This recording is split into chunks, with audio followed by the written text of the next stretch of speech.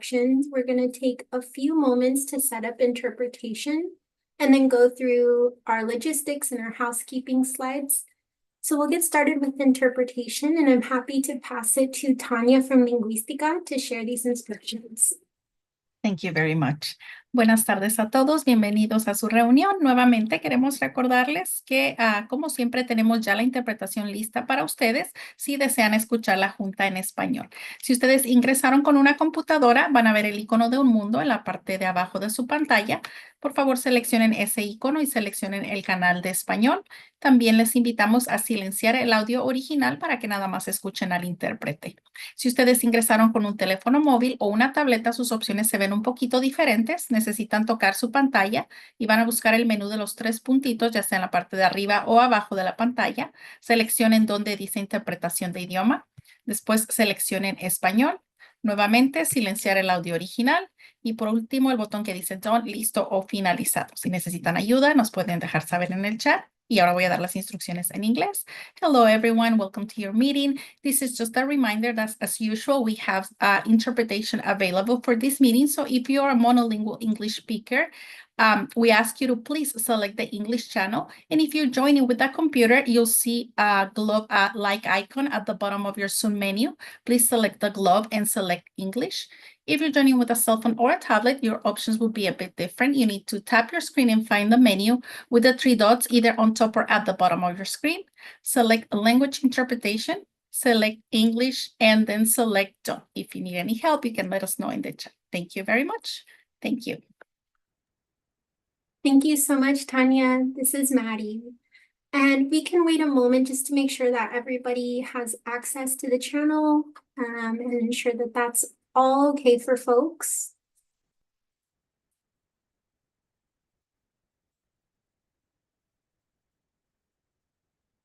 I'm not seeing anybody raising their hand with any issues with translation, but if anything comes up, please feel free to send myself or Amy or Liz a message and we can help troubleshoot that for you.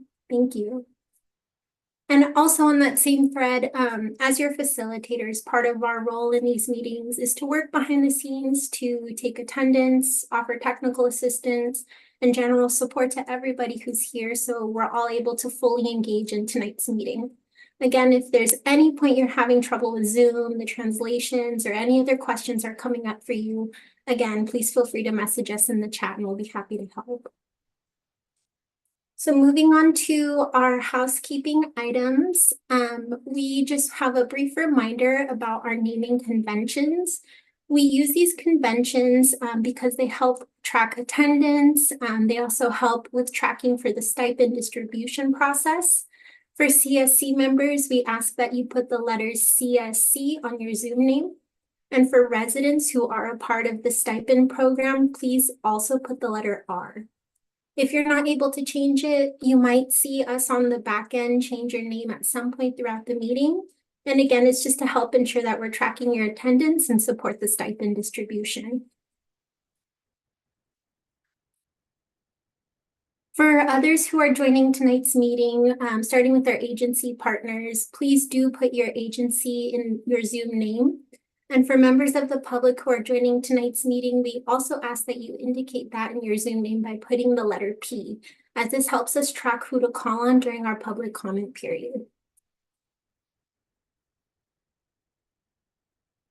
Next, we have our slide on virtual meeting etiquette, and we ask folks to stay muted unless you're speaking. And if you're calling by phone, you can mute and unmute yourself by pressing *6. If you have a question or comment, we ask that you raise your hand. And if you're calling on the phone, you can raise your hand by pressing *9. We also have a brief reminder for the residents who are in the stipend program. To qualify for the stipend program, we ask that you stay on for at least 75% of today's meeting. Next, we have a brief review of our group agreements. In the past, Liz and Amy would take some time to read each item during the meetings, but hopefully everyone's feeling comfortable and familiar with the group agreements, so we won't go into detail with each one. But as your facilitators, we'll be keeping these in mind as we facilitate tonight's meeting.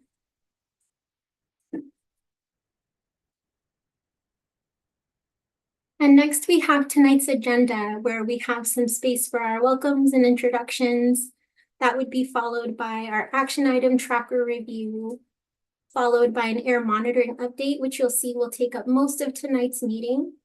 And then we'll go towards the end of our meeting with our standing updates, our wrap up, and final public comment. So I'll stop sharing my screen at this time and start off with our welcomes. So with all of that said, I'd like to officially welcome everybody to the 43rd Arvin and Lamont CSC meeting. My name is Maddie Rayon, and I'm joined by my two co-facilitators, Amy and Liz. Again, if anything comes up for you, any trouble you're experiencing engaging with tonight's meeting, please feel free to let us know in the chat and we're happy to help. And at this time, I'd like to invite our co-leads, Bianca and Cesar, to share some opening remarks. Yeah, thank you. I think your welcome was very well said. Just happy that everyone's here. And I think we have some good updates, especially on the monitoring side. So happy to get into it. Thank you, Cesar. And is Bianca on with us? I think I see her name. Welcome, Bianca. Do you have any opening remarks?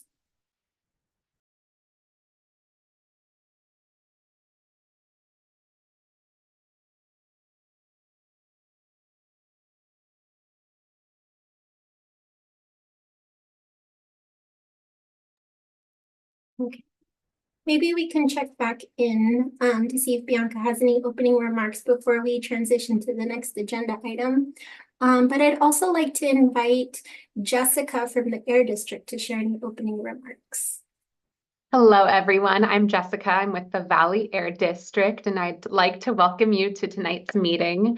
A lot of you have been involved since the beginning.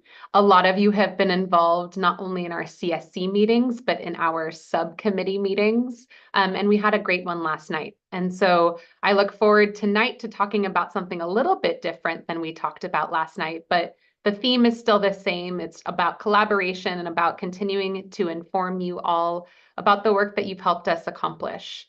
Tonight's a little different than what we've been doing recently regarding air monitoring. So definitely take time. We have a lot of time on the agenda to take our time to ask questions and to really dig into the data. Again, as always, thank you so much to Cesar and Bianca who helped us prepare tonight's meeting and gave us some good feedback. Thanks and welcome. Thank you, Jessica. This is Maddie. Then I'm just going to check in one more time with Bianca here. Bianca, and we also wanted to make space for any opening remarks from you as well.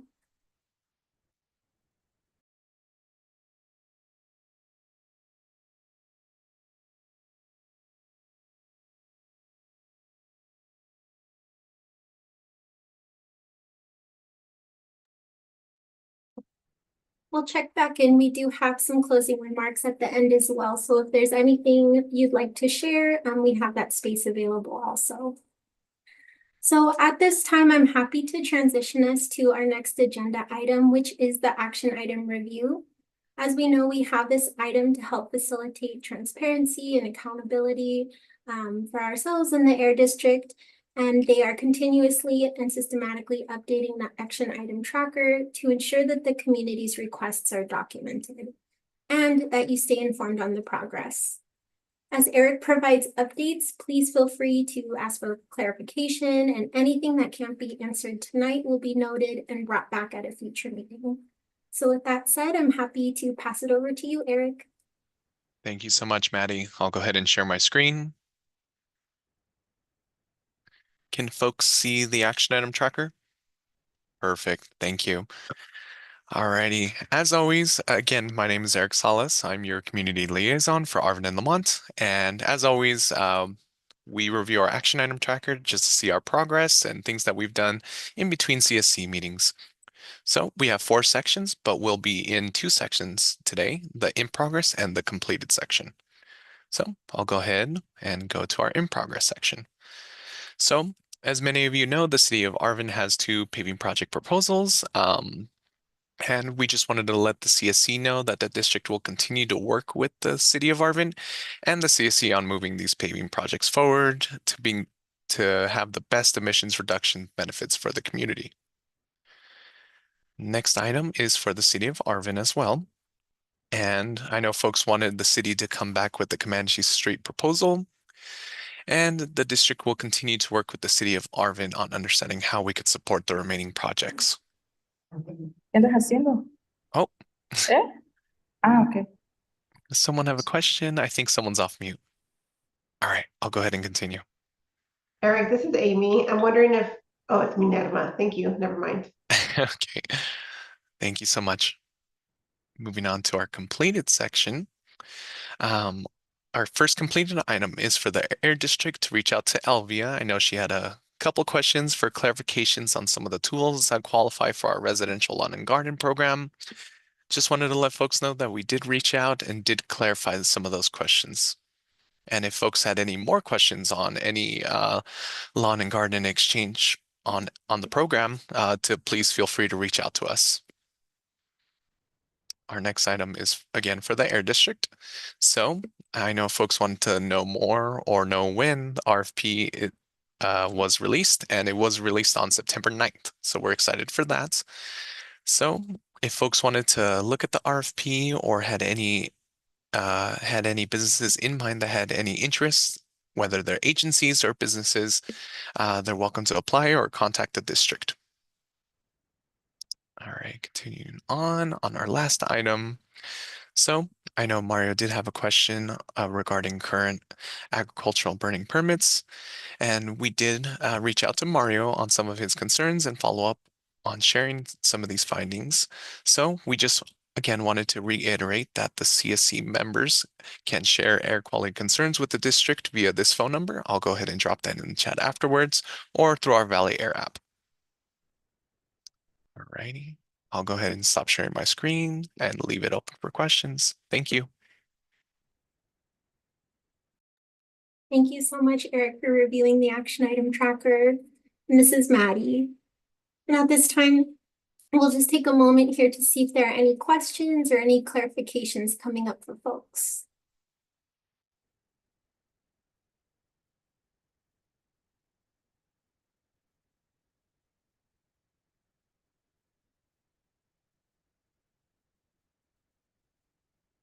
Okay.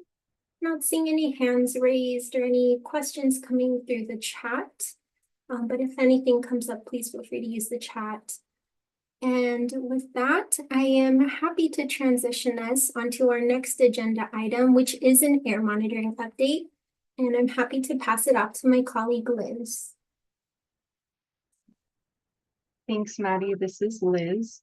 Happy to transition us to the next item, the air monitoring update. This is a very exciting agenda item, in my opinion, because it shows so much of the hard work that has been done by all of these partner agencies to get to this point. Data is a very important part of all of this work that you are doing, and we want to normalize for everybody that it can be kind of timely and difficult to understand sometimes. And so a lot of information is going to be presented to you tonight. The presenters will be pausing throughout the slides. And if you have any questions at all, any clarifying questions, if something isn't making sense, we really do encourage you to ask questions either by raising your hand or putting your question in the chat. We have plenty of time to get through this presentation and have some discussion about what this all means for you all. And so again, just really looking forward to all of the engagement that I'm sure we're going to have tonight. There are a few folks from the Air District team who will be sharing this presentation with you. And so I'm happy to pass it to them to introduce themselves and take it away.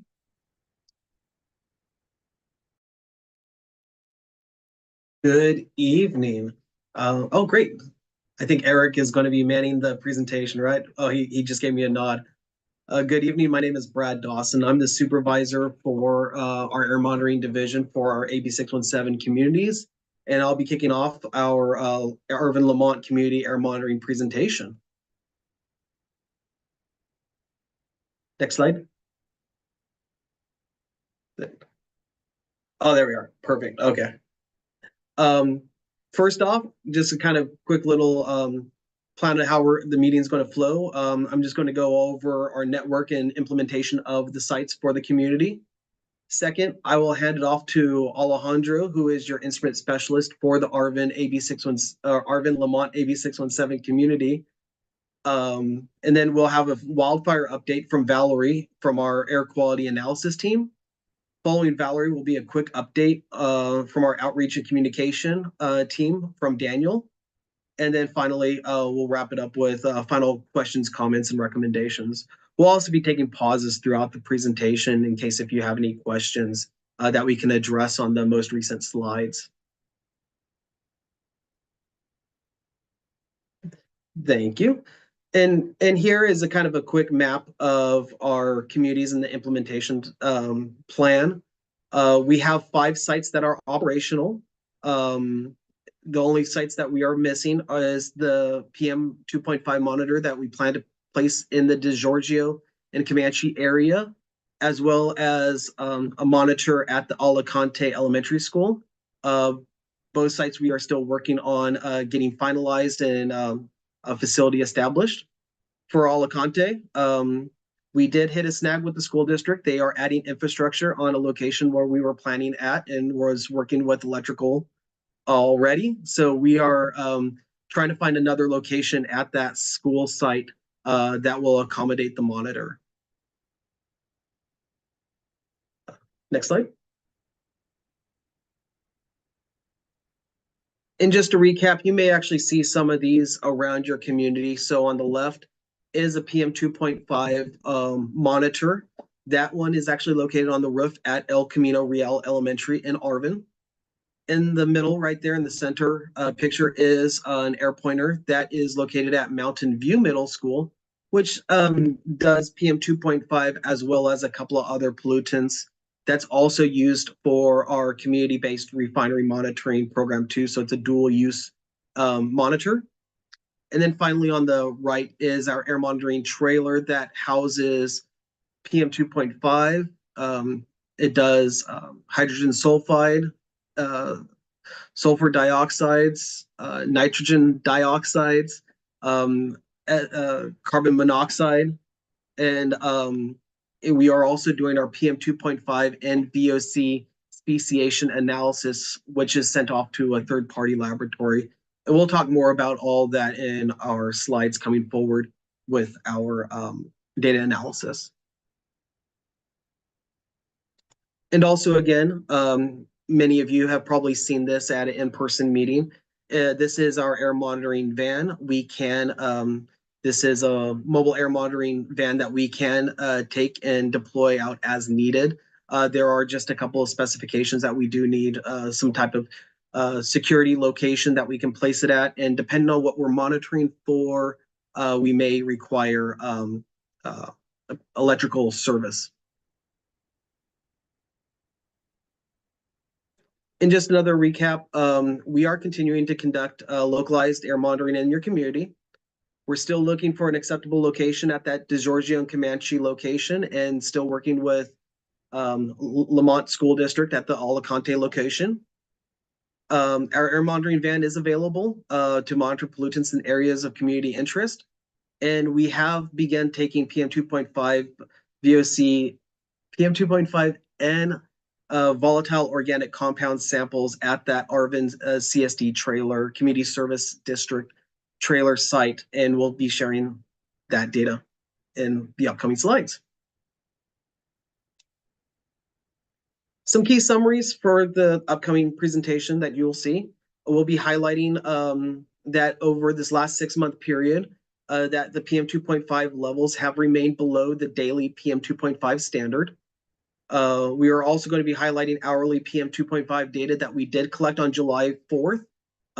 This is usually a Q1 and Q2 presentation, but because we do have the data in that Q3 and July 4th, we wanted to share that with the community since that was kind of a recent event for us all. We are seeing wildfire smoke affecting your community, and Valerie will be going over some of those highlights as well. We will share how you can also view the air monitoring data on your community profile.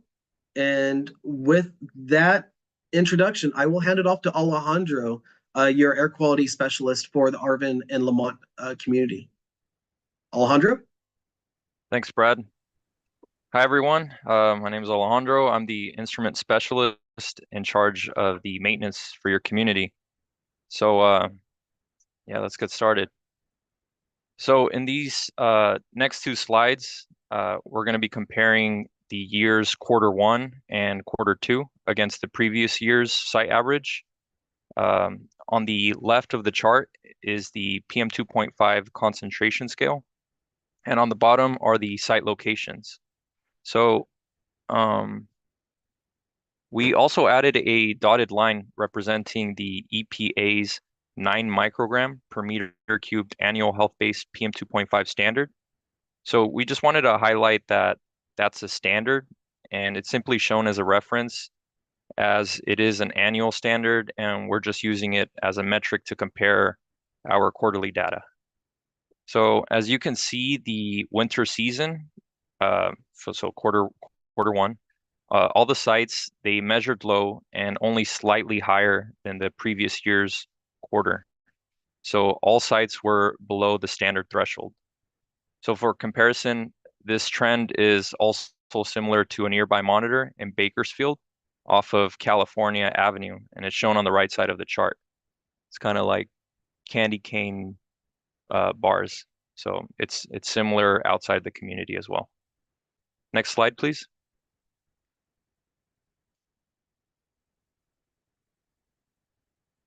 Okay. So here we have Q2, and again, all sites measured relatively low, similar to last year's. The trend is again similar to the site in Bakersfield. And to reiterate, the annual health-based standard is for an entire calendar year. So we'll be following up in the future with a presentation with your community's annual averages in 2025. Next slide, please. So here we start to dive into monthly averages for our sites. Again, on the left is the PM 2.5 concentration, and on the bottom is the time scale represented by each month. Each colored line is an AB617 site showing average monthly values. The dotted line represents the Bakersfield, California site for reference again. So in Alejandro? yes. I'm so sorry to interrupt. This is Liz. I see someone is having issues seeing the slides. I'm wondering, maybe Eric, could you stop your screen share and then just restart it to see if that fixes it? Thank you. Thanks, everyone.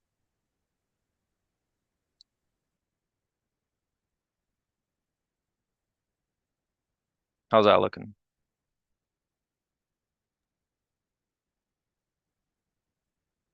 I think All it right. looks good. Okay, sweet.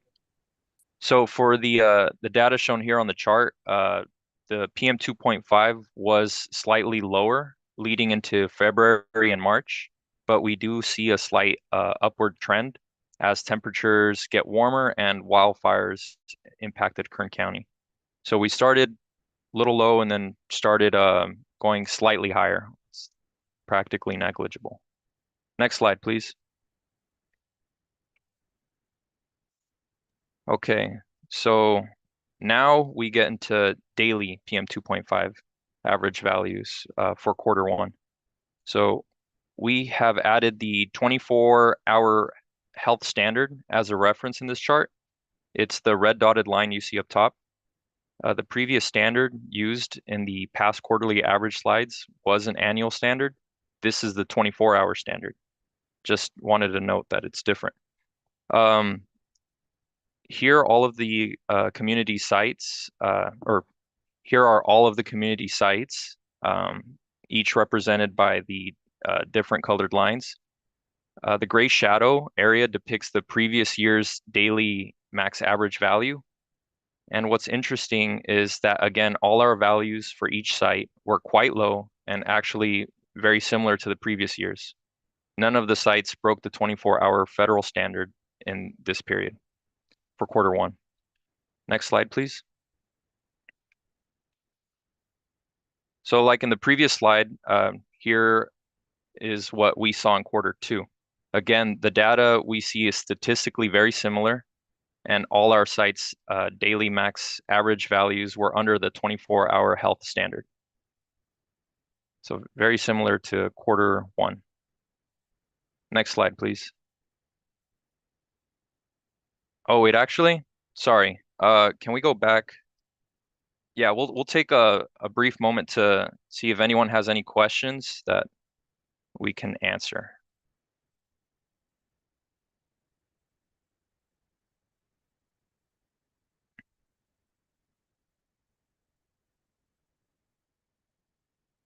Okay. Oh, This is we got- Liz. It looks like we have a couple hands up. We could go with Cesar first. okay. Yeah, thank you for this information. I noticed that the purple line that represents the Arvin Community Service District hovers just a tad bit higher than the rest. Is there like a certain polluter or like activity that happens close to this monitoring site that makes it just a bit higher on average? Brad, did you want to answer that one? Certainly. Let me just move my windows around real quick. I'm sorry. I don't want to lose anyone. I have too many monitors in front of me and it's hard to keep track. You can actually see on that data, it kind of gets a little spotty in that July area. June 8th. I can't read either.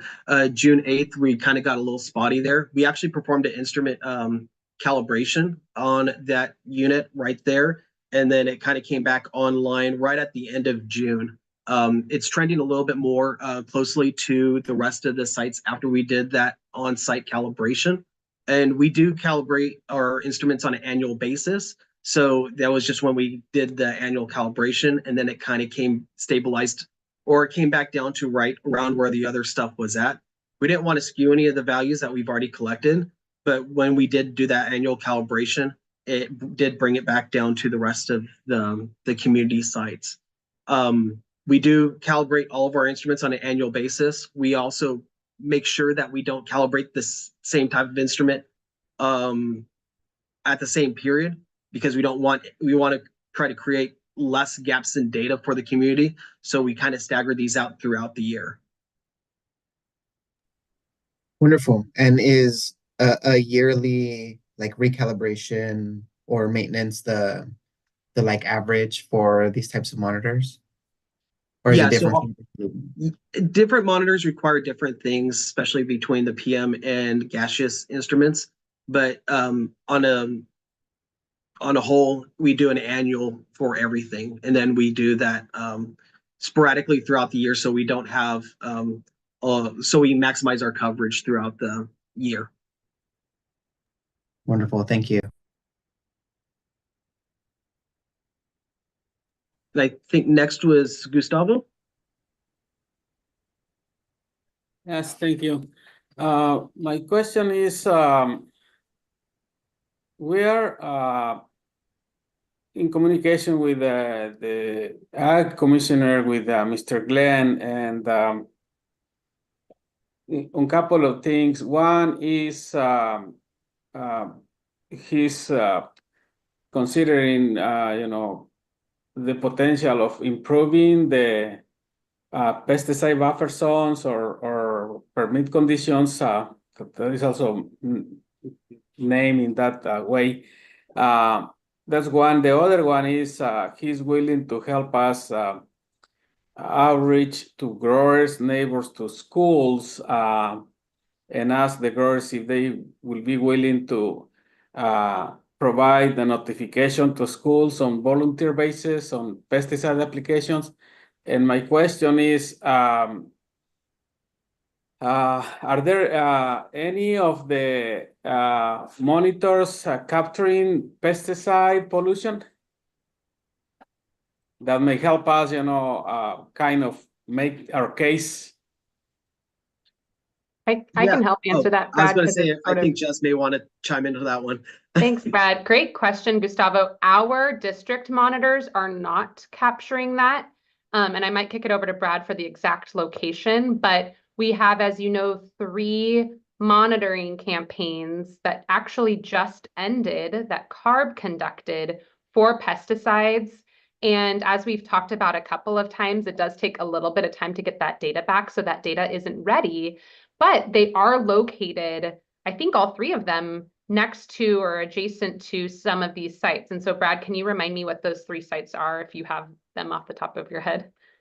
Yeah, one was located at Mountain View Middle School in Lamont. The other one was located at Sunset Middle School outside of Wheat Patch. And then on another property owned by the Arvin Community Services District.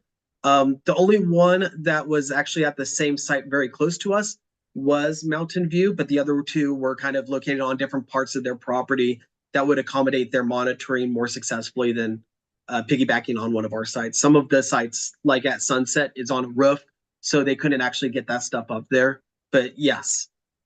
This is Jess again. I'm wondering, Harder, can we make sure we capture just so that I know we have a lot of actions once we get that pesticide monitoring data back, and of course, sharing with the community and the Ag Commissioner is step 1, but I wonder if we can capture as an action item, kind of connecting the dots between the work the community has done with the Ag Commissioner to when we get that data back to kind of close that loop.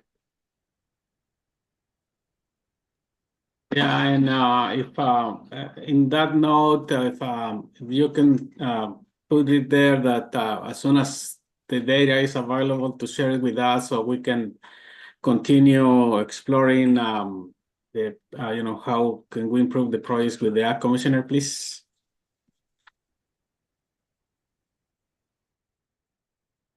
Certainly. Thank you very much, Gustavo. And I think the next name I see up on my list, at least, is Bianca.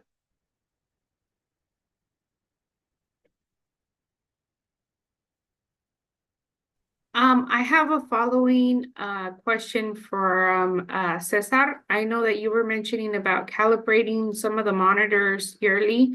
Is there any possibility that at that time frame of being calibrated or maintenance, you could also have the van placed in that location so we won't have to lose data?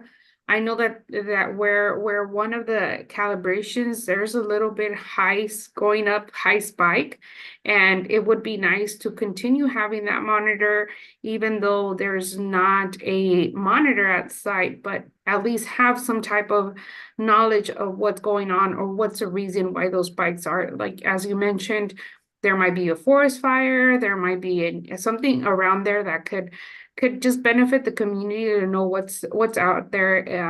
And as you mentioned, there's ways for us to find out where the stations are or what is reading at the time from your monitoring. Thank you very much. That's something that we can definitely look into. I can just say that some of the site, well, I don't want to say no. We'll just have to work with some of the sites and see if that's possible, because some of the sites, we just want to make sure that we are secure and that we have enough power to run the van the entire time for that calibration process. But thank you very much for that. And then Jesus, I think, yes. Hi, thank you. I was wondering if, because I see Highest Daily, 42, and then Bakersfield, California. Are any of those the state monitor that's near the Lamont Arvin area? I was hoping to see what these monitors look like, the data from these monitors look like compared to the state monitor. Yeah, the state monitor that's located in the Arvin or outside of your community at I forgot the school site, but it's it's in Arvin as well. I believe that is only an ozone monitoring site. It does not have PM 2.5 there, unfortunately. So that wouldn't be a site that we could bring in the numbers to compare against. Okay, thank you. No problem. This is Jessica. That's a great point though, Brad. I think we were just talking about our ozone season as a reminder. I think it's been a minute. That's our summertime pollutant. And so it's not really something that spikes ever during this time of year, but certainly our next time we come back with an update, we were just talking about adding ozone, and that site, Jesus, would be one of the ones we would compare to. Nice, that'd be great. Thank you.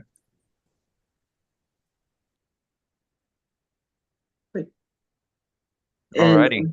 Oh, go ahead. I was just going to say, I was going to tell you to continue on, Alejandro. Thank you. Okay. Yeah, there's no more questions. I'll continue the presentation. All right. Sweet. Thanks, Eric. All right. So for this slide, Alejandro, so sorry to, go I ahead. saw a hand, this is Liz. I saw a hand up from Bianca, but it looks like she just put it down. Let us know if you want to ask that question though, Bianca. Oh, we got another question as well. Yeah. Yeah. Mario? Is that Mario?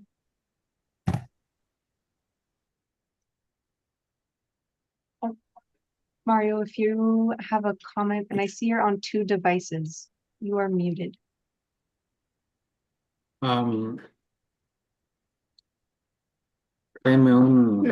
un chico. Dad, I'm calling you. You have a question, Mario? Not my fault. What? Oh, okay.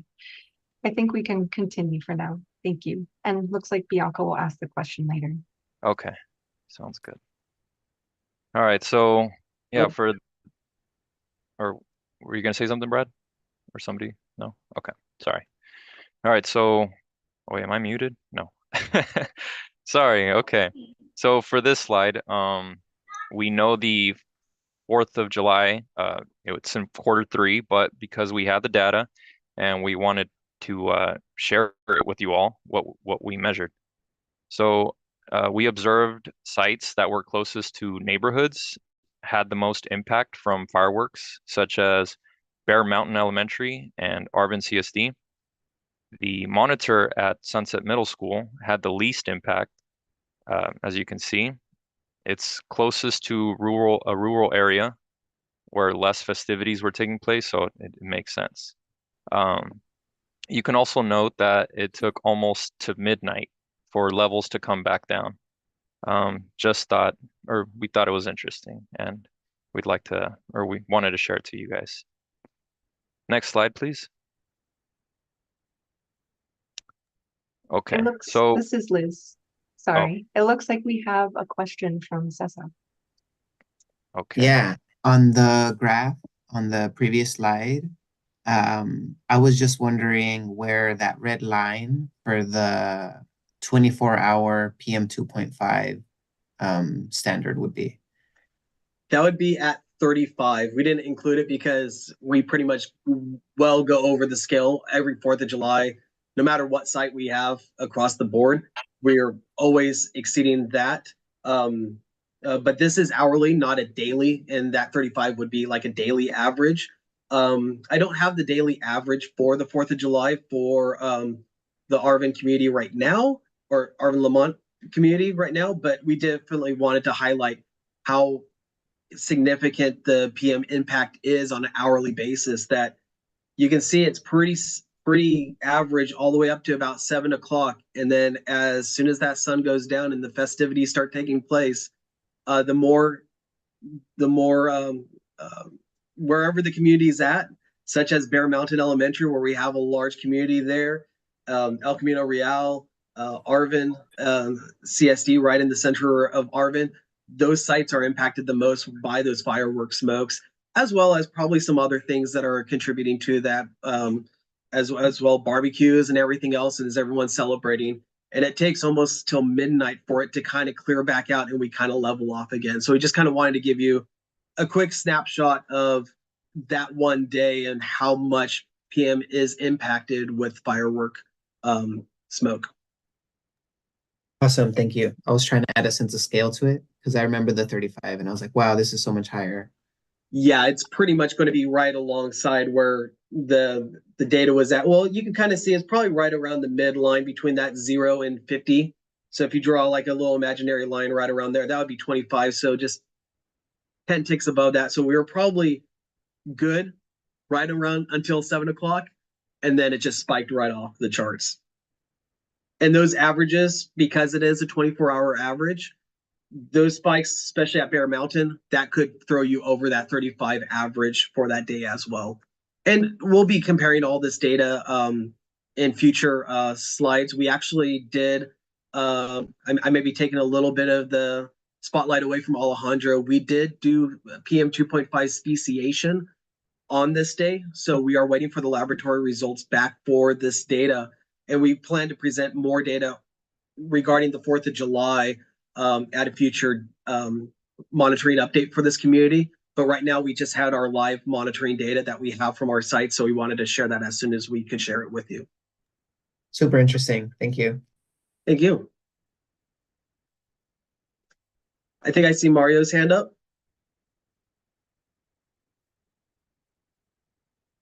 Yeah, okay. Yeah, I've been having problems with my computer. It's muting me all the time when I'm trying to, raise up my hands and all that. When you guys call me, it mute me. I don't know why. Anyways, this is the only time that you get a spike on 4th of July, or do you have other days that, you have shown that it spikes up the same way? We actually have a couple of other more recent data points that we will be sharing in this presentation later, especially with the wildfire smoke as it impacted Kern County, especially in July. It's outside of this quarter two, it's in quarter three. But yeah, we do see some individual spikes like this, especially with the wildfires that we've demonstrated and we'll be going into in a future slide. Yeah, but I'm not talking about a wildfire or anything like that. It's like a normal time, get like a spike of anything, same, chemicals or whatever. This is Jessica. I can help maybe a little bit with that. And we'll talk, there's a couple of slides later, we talk about a couple of other things that we occasionally see higher values. This number, though, anything well, like in the 100 to 350 and higher range is always some big impact like smoke from fires or fireworks. Regardless, though, to Brad's point, this is a pretty alarming, and I think Cesar was so great at helping us put a scale to it. This is a pretty alarming value. So there's always something weird happening, whether it's 4th of July or a fire or something else. And we're always investigating, but I can tell you all of the spikes in PM 2.5 that we see that we're sharing in this presentation are all smoke related. Yeah, the only reason why I've been asking is because, the refinery, blew up a couple of times, throwing a lot of smoke and stuff like that. And I haven't seen nothing showing that it spikes up or anything. And most of the time, the monitors are down when when one of those times when the fires start blowing real hard and the smoke is coming out of the refinery. I don't hear that mentioned, nothing about that. I know about wildfires and all that, it'll spike it up and all that. But other things, spikes it up. Anything could make it spike. This is Jessica again. We haven't seen big spikes in particular at the Mountain View site, which is the one that's next to the refinery. We haven't seen any big spikes. And definitely you share some concerns that other folks have brought up with us that sometimes it's hard to look if the monitor is down, whatever monitor they're trying to look at during the big spikes. And that's something we're trying to make sure doesn't happen so we can investigate. And that's why it's always, I know you hear us say it, but it's always important anytime you see and documenting the time and the place that you see that smoke, we can immediately not only go out there, but look and see if we're seeing an elevated value. Yeah, But yeah. the numbers that we're talking about here, like the example that Brad is showing, we haven't seen anything like this that's not due to wildfire smoke at least in these few months that we're showing today. Yeah, too, I was gonna say on the mobile monitoring, because every time that we mention something about mobile monitoring, you guys always say that we might not have enough power to generate for those monitors. What do you guys need to make it work, that you could have those monitors out there to make sure it does the job? Depending on the Is that- time, depending on the time and the location, usually a 15 amp or 20 amp electrical outlet is required to make sure that the instrument can stay, or the van can stay cool and the instruments are happy. We do have battery and we do have a diesel that can charge up the batteries on it, but we always like to have that backup with electrical power, shore power that we can tap into, so we make sure that the data is solid and we don't have sporadic gaps in the data. Then you guys have equipment to make sure that that equipment lasts for, say, a good while, that they get all those data, no? Yes. Yeah, like a 24-hour or a couple of days out there. That's what we would prefer if we did a mobile monitoring and campaign. Sorry. Yeah, because most of the time you guys too say that those monitors, you guys are afraid to leave them out there because they might get damaged or something. I feel that if it get damaged, I think they got good insurance to cover up whatever it needs. You never know. Maybe you guys could need new equipment. I don't think we're going to advocate for ourselves to get vandalized and get new equipment because of that. But we definitely want to, if there is an opportunity for us to get out there and monitor for a couple of days or a week, we just want to make sure it's as secure as possible. But we understand that there is unknown risks, and we have been vandalized before. And once it's vandalized, we are out of commission for several months because we can't do anything. So it is a concern. Okay. And when you guys gonna start monitoring over here in Lamont? Well, we have one monitor at the Mountain View Middle School, and we are still working on getting the monitor deployed at Alicante Elementary School in Lamont as well. Yeah. Yeah, because you guys do nighttime mobile, because around 2 o'clock they start opening up something. It smells real bad here in Lamont. You can smell it around 2 o'clock or 1 o'clock, 2 o'clock. It smells really bad. Yeah, this is Liz, and I really appreciate all your questions, Mario, and this is exactly what we're here for you all to look at the data, compare it to your real life experiences, and to help the Air District identify, what gaps are there in the data, where might we want to put that mobile air monitor. So maybe we can have as an action item to come back to that, and we can talk about, or have someone from the Air District follow up with you, Mario, to talk about that specific issue. And I think maybe some of your questions could be answered in some of the rest of the presentation. Yeah, tomorrow I'll meet James out there and to talk to me about the pesticides and stuff like that out there. All right, thank you. Yeah, thank you so much. Thank you. Thanks, Mario, and thanks, Brad. All right, so, yep, that's the slide. All right, so going back to the presentation. Actually, before jumping into this slide, I wanted to mention, oh wait, yes. Oh, well, Brad was mentioning that we do perform a laboratory analysis at the Arvin CSD site. So that's including PM 2.5 filters and then volatile organic compound samples. And these samples, they're analyzed at a third-party laboratory. So going a little into the process, PM 2.5 is collected on filters, while volatile organic compounds are collected in gas canisters. So both these filters and canisters, they're shipped out to the labs for their analysis. And we wanted to point out that this is why the data can take months to get back. Yeah, that's why there's sort of like a lag between sampling and reporting because of just that natural, I guess, occurrence. Yeah, we have to ship it out, and then they have to analyze it and then get the results back to us for us to report. Okay, so we started collecting PM 2.5 in March of this year, and our latest report ended in June, which is what you will see in the next slide. Okay, so jumping back into this slide, PM 2.5 is broken down into 6 primary compounds. So it's ammonium nitrate, ammonium sulfate, organic carbon, elemental carbon, soil, and other metals.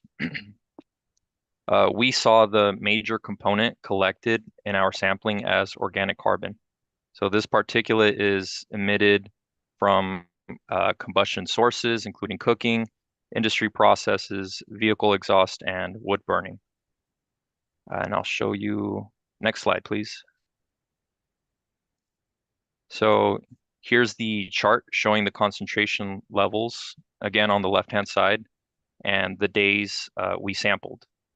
So we started monitoring in March, and we're going to continue to measure so we can compare previous years.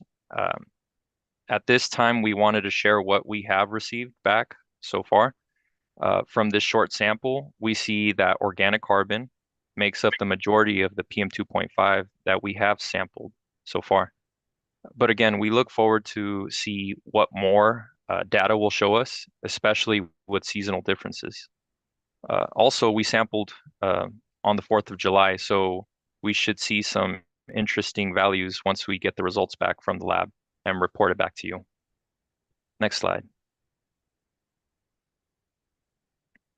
So as mentioned before, just like PM 2.5 speciation, we also have VOC speciation, the volatile organic compounds.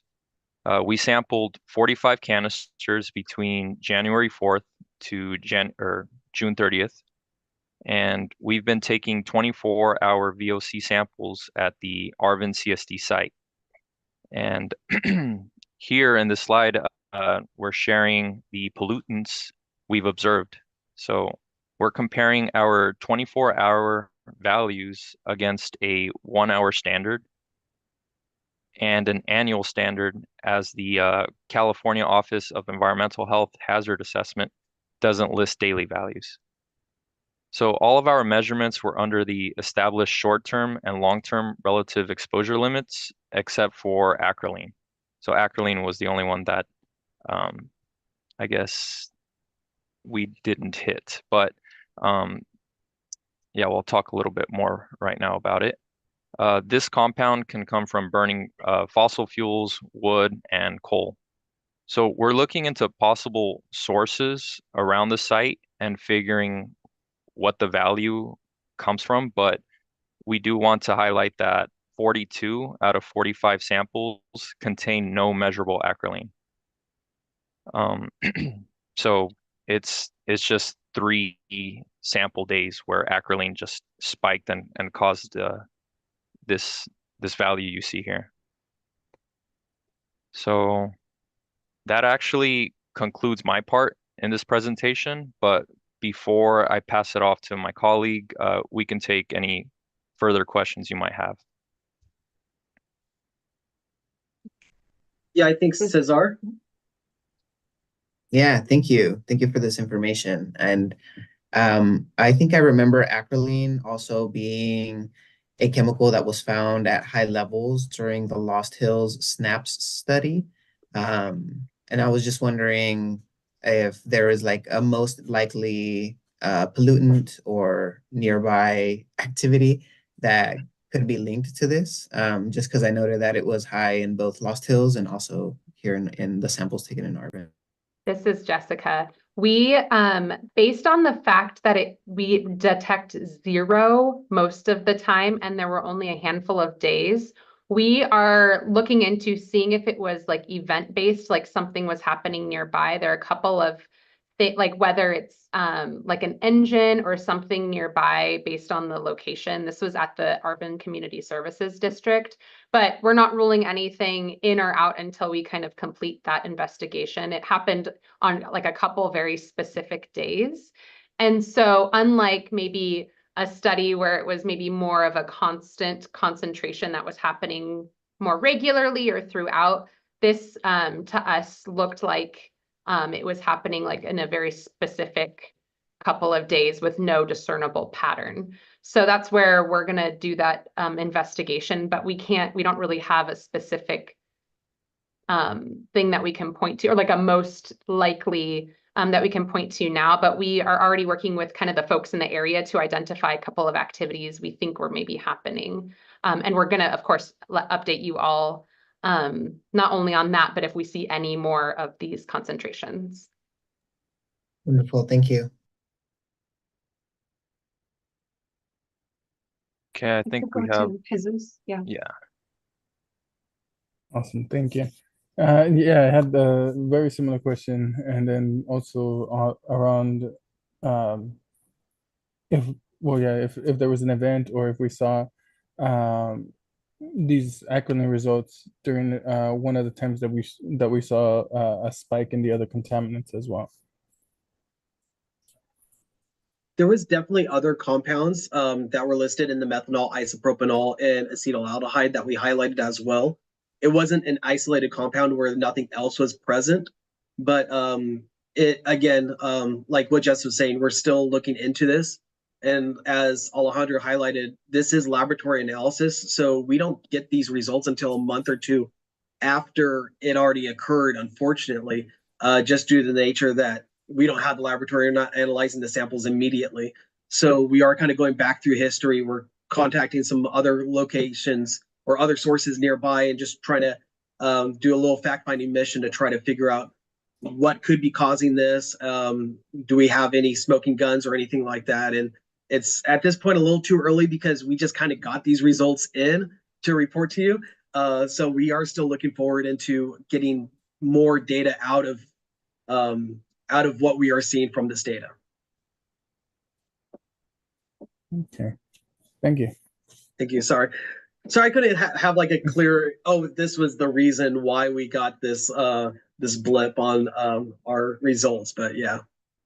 And then I think Mario has his hand up. Yeah, I just got a question. I was working on a diesel truck on, or, after it gets, they put liquid in there to, fix up the pollution and all that.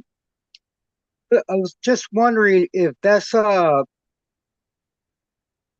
maybe a toxic gas they throws us out, because it was really bad, the converter on that diesel truck and the liquid what they put on there. Type of gas does it come out, or pollution? Does it have a name on it or anything? So Supposed to clean. if I understand correctly, you're talking about a diesel engine that you're wondering what the emissions are from a diesel engine?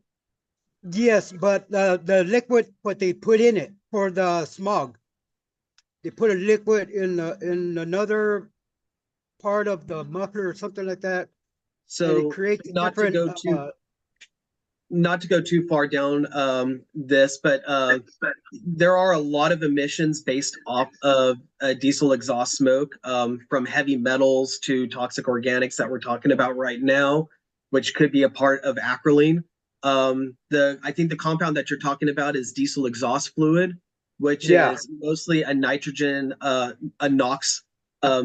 It reduces NOx emissions from a diesel engine, as well as the catalytic converter that may be in there in a diesel particulate filter. So the depth Yeah. that they add to diesel engines is actually reducing NOx emissions from diesel exhaust smoke. So it's actually something that reduces emissions with new diesel engines. Yeah, but when they plug up, they throw a different type of solution. Yeah, because I was working on one with a friend of mine, and it was plugged up, and I mean, it was it smelled pretty bad. Well, I It will smelled have to pretty say bad. that everything runs effectively if it's properly maintained. So if the diesel particulate filter or something else was plugged up, then obviously it's not going to be operating efficiently and could be causing different issues down the line. Yeah, but what I'm trying to say is, you know, do you guys know that type of smog? It comes out. You know, I know it cleans it up and all that, but when it plugs up, they throw a different type of smoke. This is Maybe- Jessica.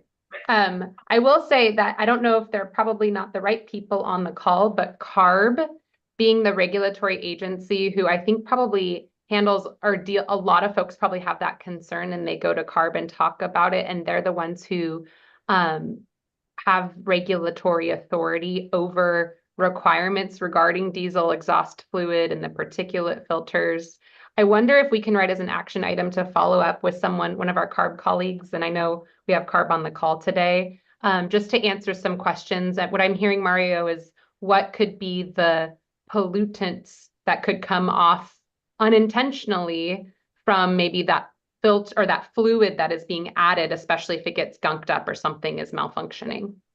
Yes, because they plug up. They got sensors and all that. Because I work on them. It just it plugged it up, and I mean it smoked really. It had a bad smell. I never smelled something like that before. Yeah, no, that makes sense. And I think a few folks have put some good, a little bit of information as well. But if we can add as an action item to connect with CARB about Mario's question as well. Thank you. Thanks, Jess. Yeah, happy to follow up. Thanks, Michelle. All righty. If we don't have any more questions, guess I'll pass it off to my colleague. This concludes my part of the presentation, and I'll leave her to introduce herself. Thank you, guys. Thank you, Alejandro. Can everybody hear me okay? Awesome. So my name is Valerie. I am the air quality specialist in the air quality analysis team, and I will be providing the wildfire updates.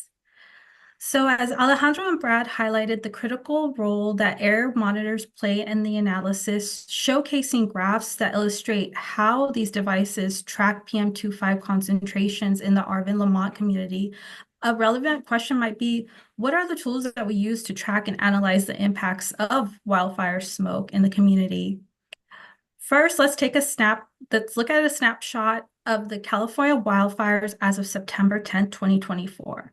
So looking at this graph, the key takeaway is that the 2024 season, which is the red bar over here which is the red bar, has been more active than both the 2023 season, the blue bar, and the 5-year average, the green bar, in terms of acres burned that can be seen on the y-axis. Notably, the Park Fire, which is the purple bar, alone has burned more acres than all the wildfires combined in 2023, which is really surprising. So Kern County also has experienced multiple fires in 2024, including the SQF Lightning Fire, Rancho Fire, White Fire, and Boral, just to name a few.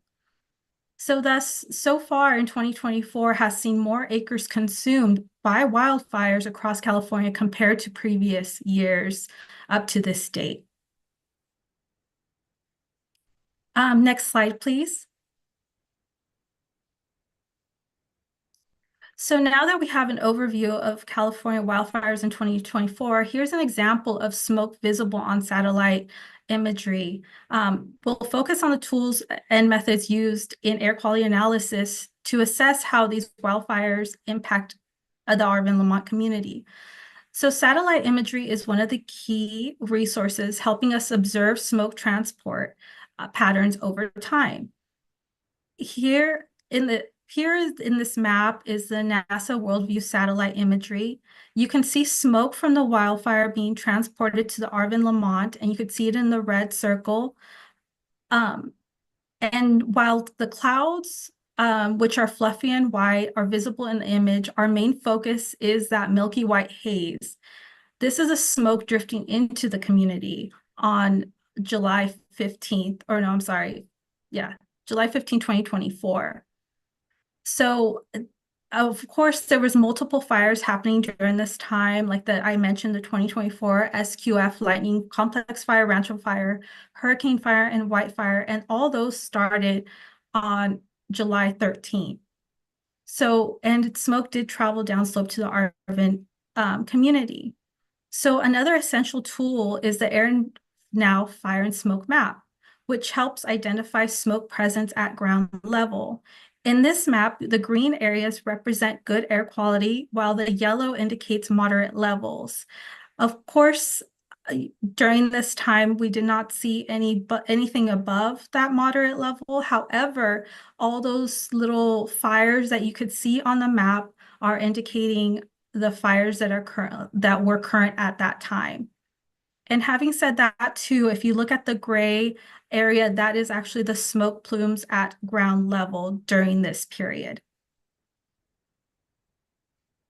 And so, next slide, please.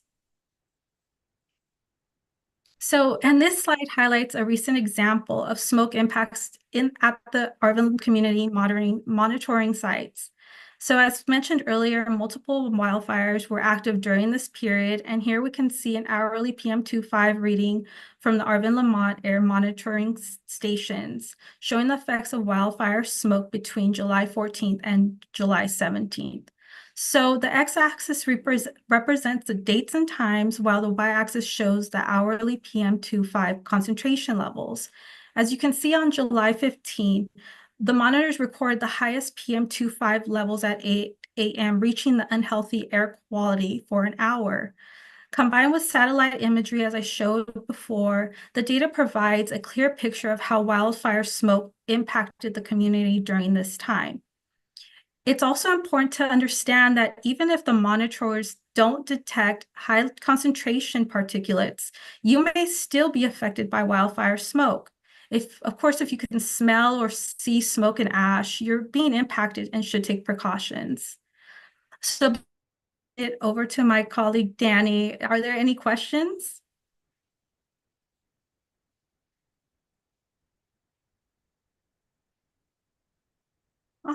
Awesome. So now you might be wondering about the outreach and communication efforts available to the community during wildfires.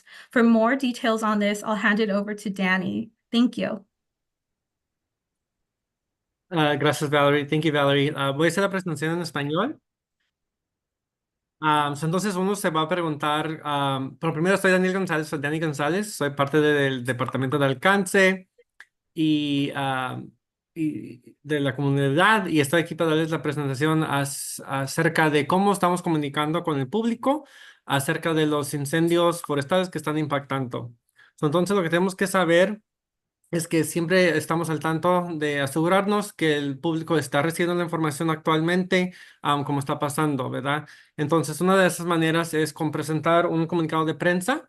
Este comunicado de prensa está basado en información que recibimos de varios departamentos, asegurándonos que enseñemos y demostramos a aquellos públicos que estén afectados, o sea, Arvin Lamont, Kings County, Kern County, en esos condados que se han impactado, se tienen que dar cuenta de qué es lo que está ocurriendo en su vecindad, en su alrededor, cómo se pueden proteger, y qué acciones pueden tomar. Estos comunicados de prensa son compartidos a través de redes sociales y también con nuestros colegas en varias estaciones del medio. Y también, así como se comparten con el público, también los compartimos en las redes sociales. Next slide, Eric. So, como ven aquí, así compartimos estos mensajes a través de varios redes sociales como el Facebook, Instagram, Twitter o X, como se llama ahora, y se también comparten en inglés y en español. So, en varias enfrentas estamos compartiendo la información, asegurándonos que el público se dé cuenta de cualquier cambio que ocurra en su comunidad relacionado al aire o relacionado a un incendio forestal o una quemazón que está ocurriendo que le vaya a impactar a su comunidad y a su aire. Ahora le vemos para algunas preguntas que puedan tener.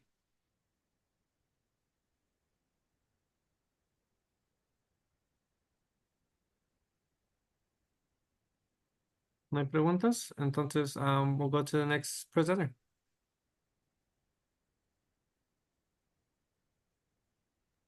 Hi, good Great. Well, afternoon, folks. Oh, oh, go sorry. ahead. No, go ahead, Eric, Brad. you want to take it? You can go. Okay, no worries. Well, I'll go ahead and take it. So, just as a reminder to folks, feel free, this is Eric again, to reach out to me if you had any questions about your local communities or just any questions in general about air monitoring as well. And I'll go ahead and pass that to our air monitoring team. And just a reminder to folks that we do have our AB617 webpage right here, which is our community valleyair.org community air monitoring page, where we have real-time community air monitoring data, quarterly reports, and those weekly reports that you receive in the mail. And also, we do have CARB's AQ View, which displays and provides community air monitoring data from our AB617 communities. So AQ View is located on this website right here. So again, that shares kind of all of the communities in general, the air monitoring data and just air quality data. And this website is always ongoing for development and features new features on a daily basis, or hopefully when things come out. Alrighty. Thank you so much again. And I'll move on to our last slide, which is our questions and comments. Thank you again. I'll go ahead and stop sharing my screen.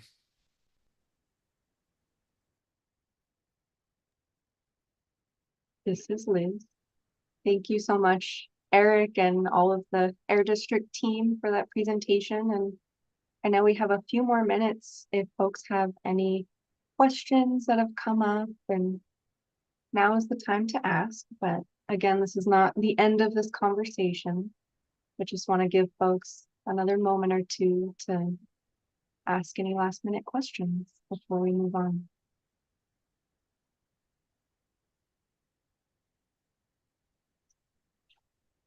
Okay, I'm not seeing any hands raised and nothing coming up in the chat. So I think we can transition to our next item. And thank you again to all the presenters tonight. So Thank you very much again. Thank you. At this time, we'll move to our standing updates. And as you all know by now, we carve out this time at every meeting to ensure that you all are able to stay up to date with any urgent or timely updates from our agency partners and also from any CSC members present tonight. And so we will go through our updates in the order that they appear on the agenda and pause for questions as they come. And so first off, I would like to invite the Air District to see if there are any updates that you all would like to share. This is Jess. I will go first. Something we're trying to do pretty regularly is remind you that our SERP tracker that's online, and maybe this will be my cue, maybe Eric, if you can drop the English and the Spanish tracker in the chat, I will share my screen. We have, based on input from you all the past several months now, probably almost a year, made it obvious on the tracker when something changes from the last time you saw it, because there's a lot of information and it's hard to keep track of what's changed. And so I just I'm going to go over a few highlights, not every single change, but just to kind of draw your attention to a couple of things. This first one, and I'll go back and forth between the English and the Spanish. This is agricultural equipment replacement. So like mostly like tractors that are operating exclusively, in the boundary. Your SERP aims to replace 50 of those, and we've replaced 28 of them. And so that's $4.5 million. I'll go ahead and show right here. We have spent a little more than half of, or a little less rather than half of the money, or about half of the money on that measure. And you can, just as a reminder on the tracker, see how close we are to achieving our target emissions reductions. And so even though we're only about halfway through our target funding, we're actually really far along, about 80% of the way through our target emissions reduction. So that's just a good reminder that we're getting more than we bargained for in a really good way in reducing air pollution based on the targets that you helped us create in the SERP. A couple more things that I will highlight here is that we, as was mentioned earlier, have released our vegetative barriers request for proposal. That's just a good reminder that it is open. We have reached out to a lot of folks, and a really big shout out and thank you to the Kern County Farm Bureau, the Agricultural Commissioner, Glenn Fankhauser, all of you, several of you who have helped get the word out. We're really looking forward to hopefully having folks apply and plant trees in your community based on the feedback that you all gave us. And then the last one that I will scroll to is just as a reminder, we have now for the past several months had our passenger vehicle replacement measure open. And so far we have spent about 1.5 million, or committed 1.5 million for about 75 applications or 75 households through this program. So that's a number we will always update you on, and will always be in the tracker because we know it's an important number for all of us to keep talking about. I'll just let you know that every single one of these is highlighted in green. So as you look through the tracker on your own, you can see the green can draw you to anything that's changed since the last time you saw it. With that, I'm going to stop sharing my screen and see if there's any questions. I see Mario and then Bianca.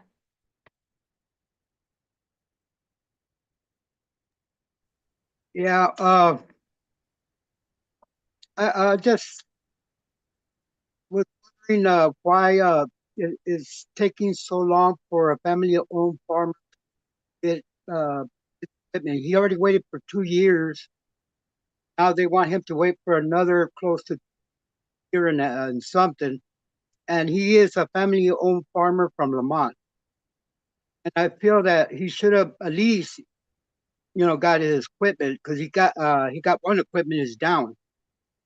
He's not a big farmer or nothing like that. He's just a small farmer trying to make it. And we talked about that a couple of months back, and it's still the same.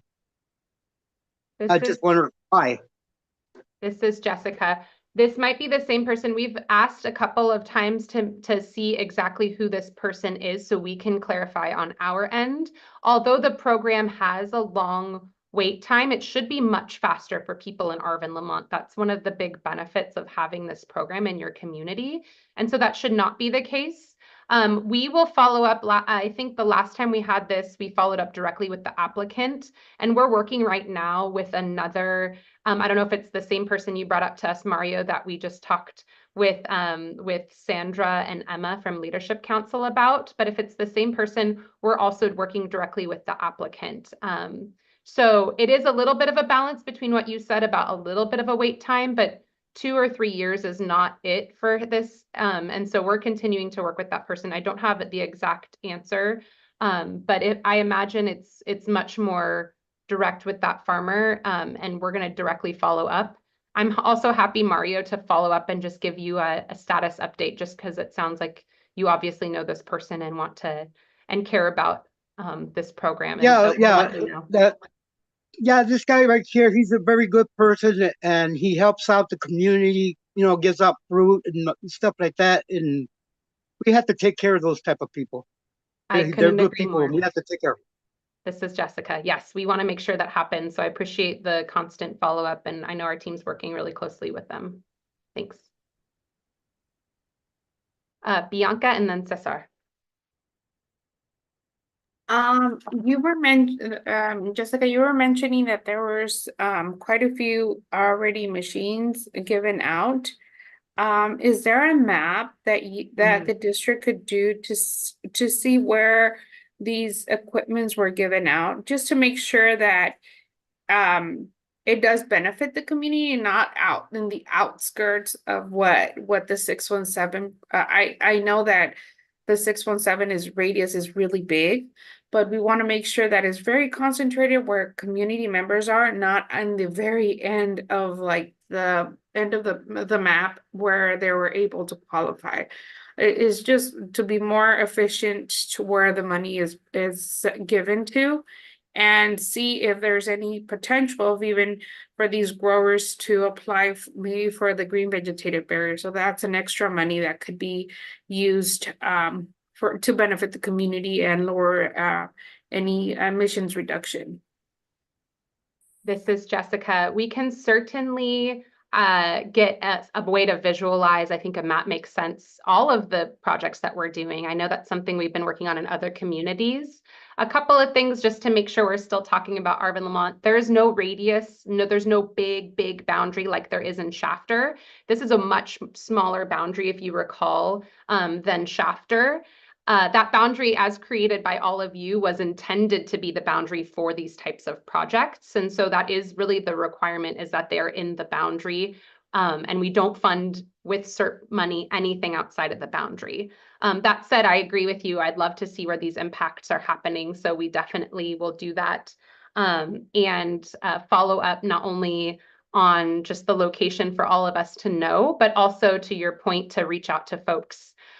Something that we will be doing in all of our communities is providing a list online of all of the incentives from every single measure and what they've achieved, how much we paid for them, who they went to. So you'll all have access to that data. So I just want to make sure that you all know it's not just for this one program, but for all of our CERP programs, we will be doing that.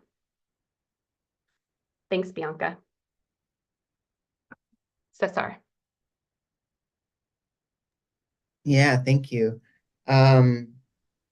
I'm wondering if, and this was something that I was kind of hoping would probably be on the air monitoring update, but the monitor for H2S at the current energy refinery, I noticed usually has, it creeps up towards the reference levels during non-operational hours, like in between 11 p.m. and 5 a.m.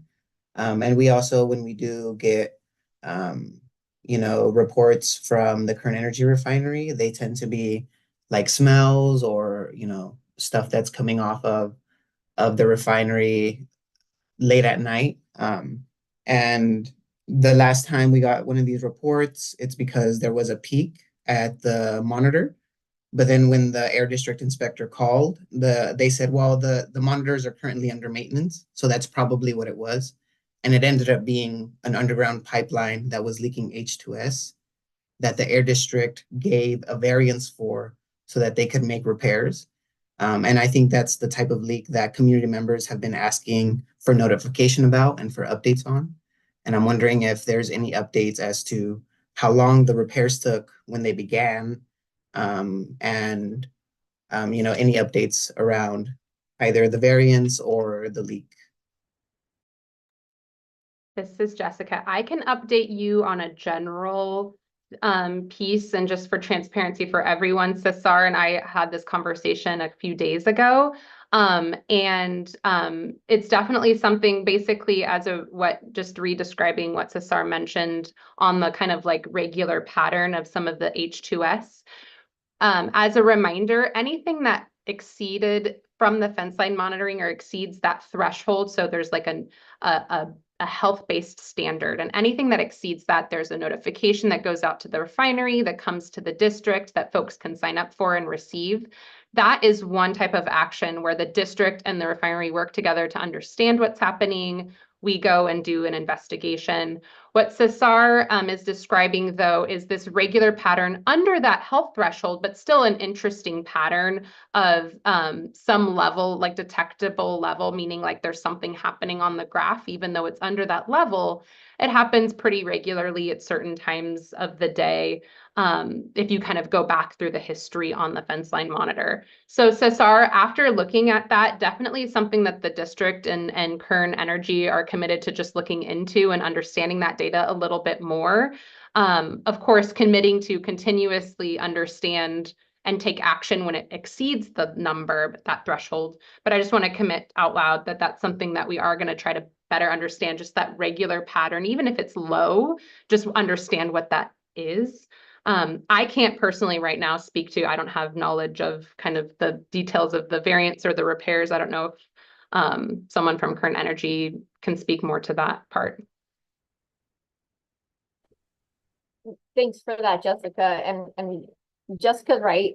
We have spoken about sort of the general concern around the low level trend, even though it is well below the reportable threshold that's been established. We're going to work with the district to better understand that.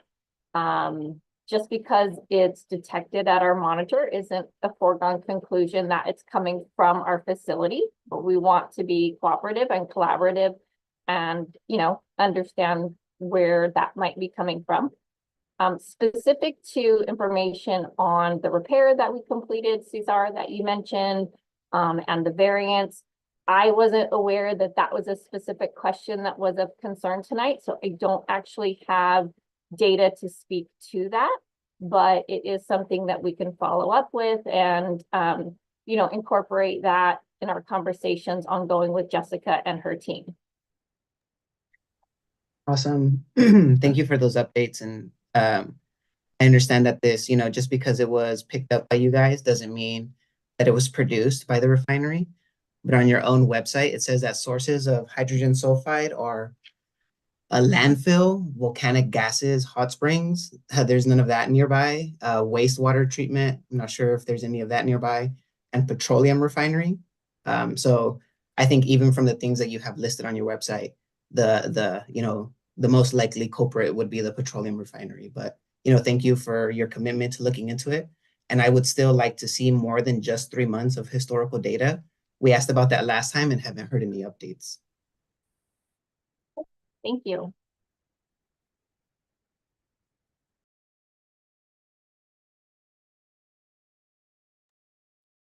Sorry, I think it's technically still my update. So Mario, I'll call on you. Yeah, I was to say too about the wastewater right there, that smell and all that. Yeah, there's some wastewater right there near the refinery, what I know about, and it does smell. And then you got the cows, you know. But I wanted to say something else. I didn't really want to talk about that. But I wanted to know about the sewer plant right there at Cottonwood. It's been smelling really bad right there. And I talked to a couple of people there because I know a couple of them, and they were saying that they haven't did nothing about it. I told them to call you guys like that. Maybe you could get some more information or something like that. But it been blowing out over there, really bad of a smell. And I was just wondering because it's close by there, right there, close to the refinery. Maybe that's too what the smell is all about. And we are here thinking about it's the refinery. I feel that we should investigate on that part right there too, because that smell is coming all the way towards and Porter Acres. That's all I want to say. Thanks, Mario. And always, and I think you're just, always bringing up the community concerns. And I think you do a really good job of letting us know immediately too. So I want folks to know that it's always good to bring it up here, but I can't emphasize enough, especially when it comes to that type of, when it's a smell that's maybe fleeting, the earlier that we hear about it, and especially if you can let us know when and where you smell it, it really does help our community. And Mario, I always appreciate that you call us and call other folks and then also bring it up here. Thank you. You're welcome.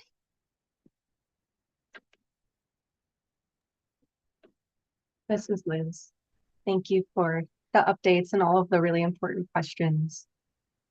I'm not seeing any hands up and nothing in the chat, so I think we can move on to our next update.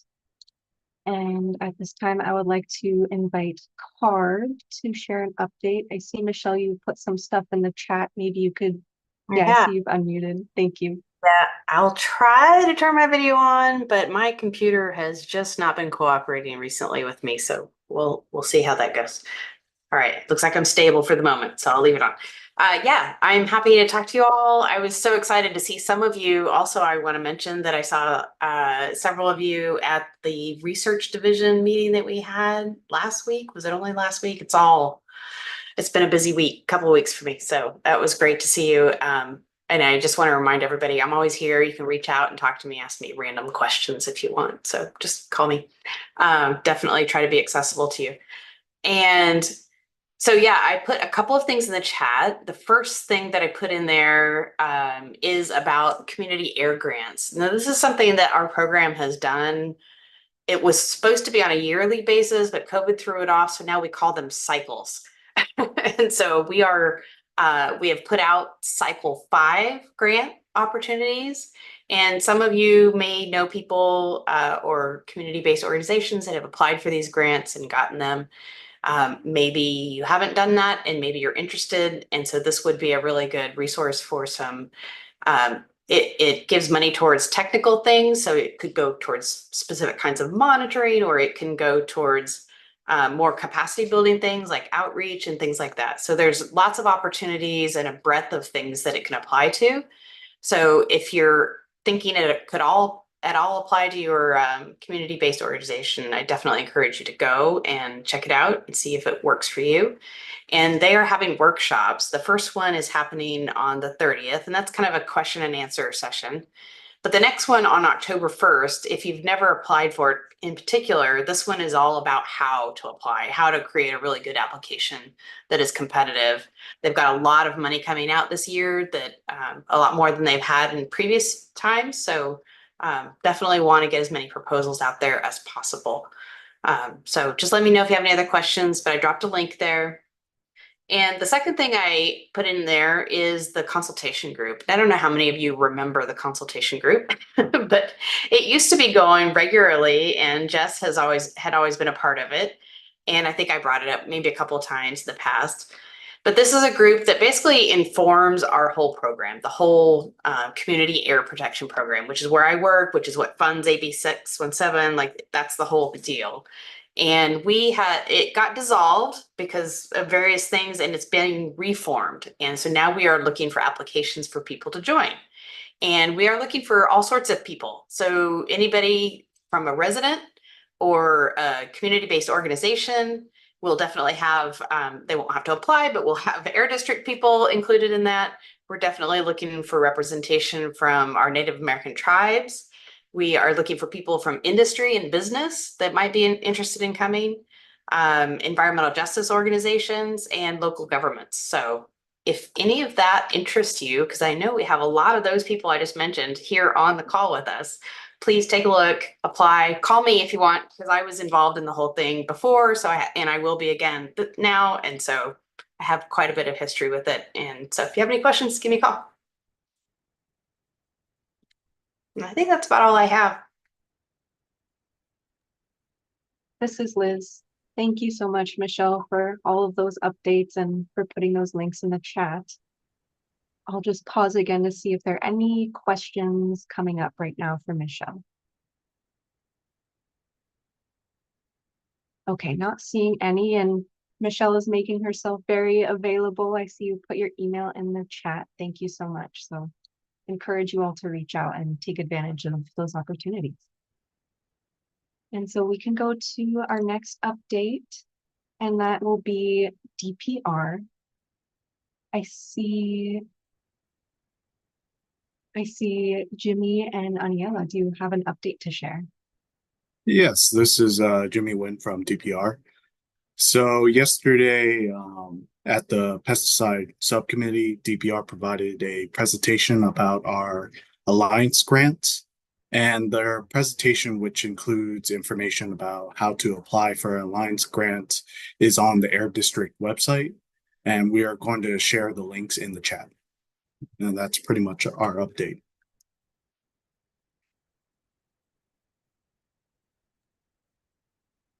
Thank you, Jimmy.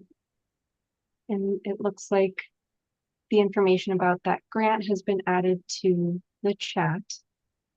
And that is a good reminder that we did have the pesticide subcommittee last night. I'm not sure if anyone who is in attendance would like to maybe provide a quick summary to the group in this time.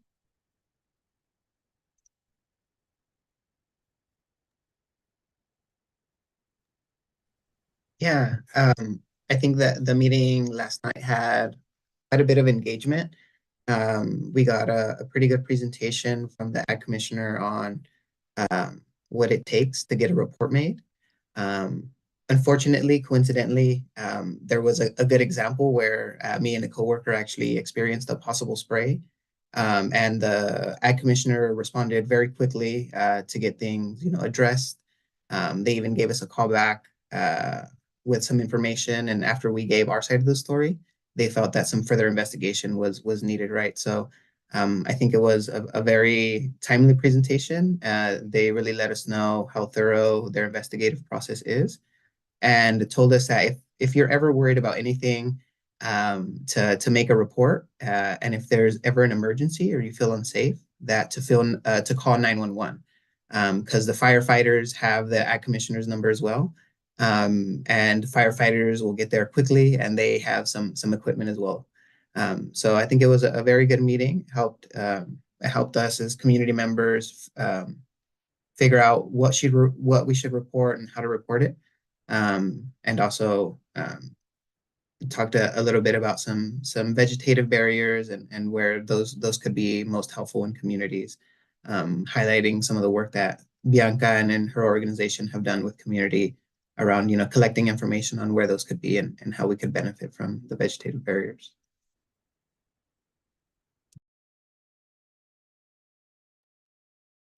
This is Liz.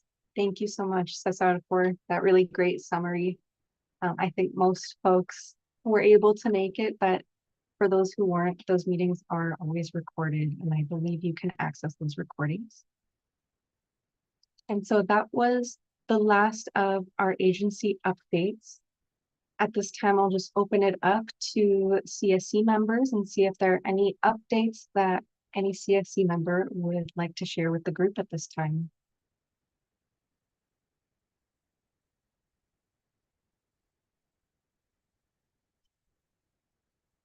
Okay, I'm not seeing anything. So I think at this time we can transition to wrapping up our meeting. And give me one moment. I have some announcements for our next meeting, and I will share my screen to show those dates.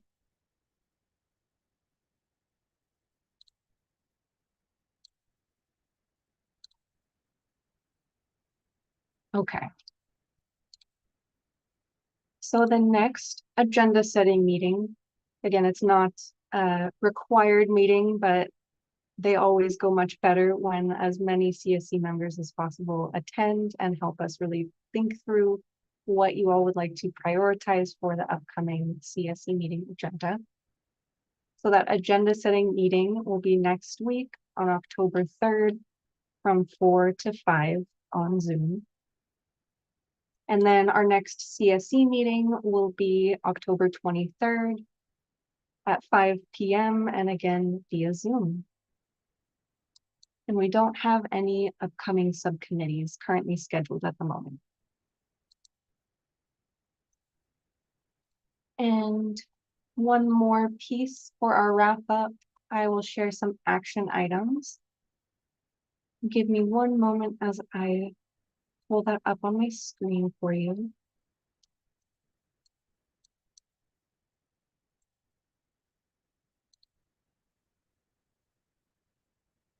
Okay.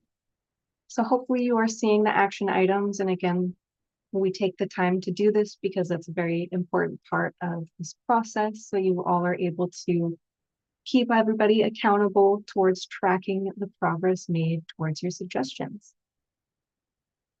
As we always mention, you all are welcome to tell us if there are any edits or anything that we missed that you would like us to add to the tracker. So feel free to raise your hand or even unmute or put something in the chat if you feel something was miscaptured or missed. So the first action item, the Air District will share the new pesticide monitoring findings with the CSC, the Subcommittee for Pesticides, and the Ag Commissioner's Office. Next, the partnership and collaboration momentum between the CSC, the community, and the Ag Commissioner's Office will be leveraged by the Air District to support the interpretation of new pesticide monitoring data. Next, the Air District will follow up directly with CSC members about Arvin and Lamont air quality monitoring status.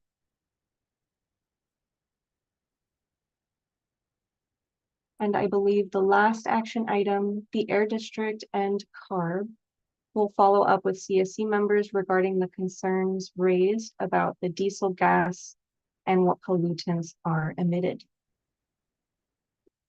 And that is the last action item. And so again, I'll just pause for a moment and ask the group, was anything miscaptured or missed that you want to make sure we add to the tracker?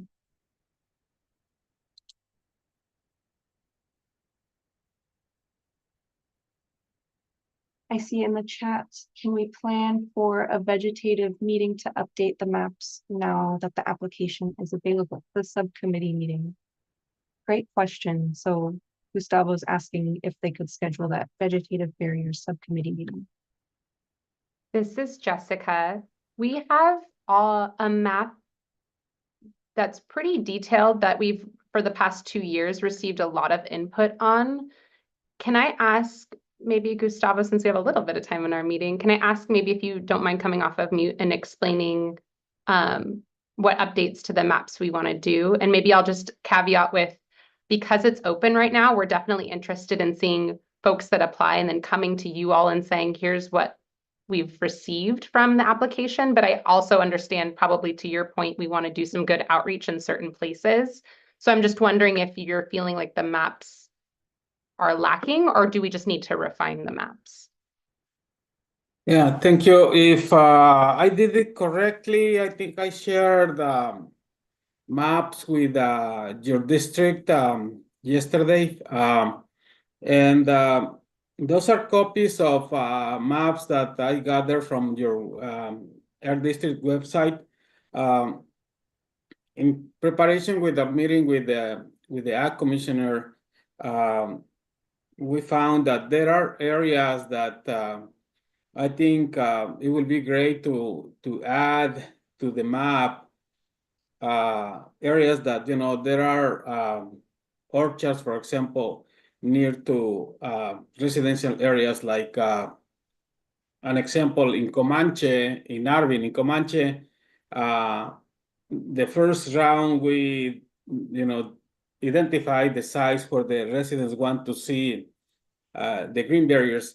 It is only marked from the 223 to I think to the west side, if I'm correct, or south, but not from I think where Francisco lives, like from 223 to what's the name of the other one from in front of the high school, that street. So there is also there are also orchards and just across the street from residential areas. And we identify several other areas. Se llama Bar City. Yeah, Bar City. Yeah, gracias, Don Francisco. So there are a lot of places, and I shared. So we shared these maps with the Ag Commissioner, and we marked the areas that we believe we need to add to the map for the green barriers projects. So we share it with the district, but we want to review those with everybody because I just added the area, so it's just me and myself. I don't think I have that power to make my own decision to add the site. So what I want is for all of us to review them, and if you think our suggestions make sense, to include those. So those are one things, because one of the things that the Ag Commissioner committed is to identify growers that operate in those sites, and we want to be sure that the steering committee members kind of approve the expansion of those locations, just to be sure that we are online, and also that I think it will be good. The Ag Commissioner said we provided him with several maps in Arvin, Lamont, and also from chapter, and he agreed to start identifying some of the growers. So I think we just want to be ready to capitalize on his willingness to help us, and doing the outreach, specific outreach to those growers that own those pieces of land. So that's the reason I believe I think we need maybe a subcommittee meeting. I know that these monthly meetings, there are a lot of things that we need to talk about on the agenda, but maybe a committee meeting to review the maps, update the maps, and identify those areas, and potentially, the Ag Commissioner said that he will start looking for, the information of those growers. Maybe if we plan for a subcommittee meeting, maybe by then the Ag Commissioner may have 1 or 2 or 3 identified growers that we can follow up.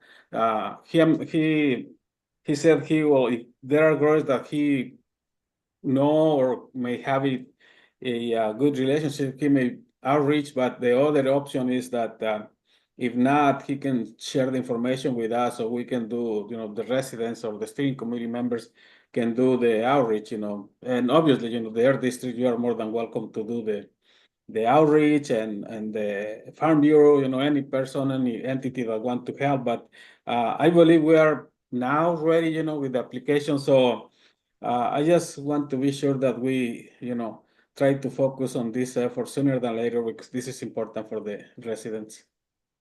Gustavo, I'm glad I gave you a chance. This is Jessica to explain. I think that makes a lot of sense. I dropped in the chat, just for those to help follow along, the link to the live map. Gustavo, your input is always important. It does not need to be, we're crowdsourcing, but I do appreciate, and I think it makes sense. We will work with folks to find a time that makes sense for a vegetative barrier subcommittee meeting. And to your point, by then, maybe we already have a few folks that we can start to talk about. I love that idea. So I love that. And if we can add that to the action items. Thanks, Gustavo. Thank you. Yeah, thank you. And we will definitely add that to the action items. And the next hand is Bianca. I think Estela was first, so I'll give the space to Estela and then I'll go next.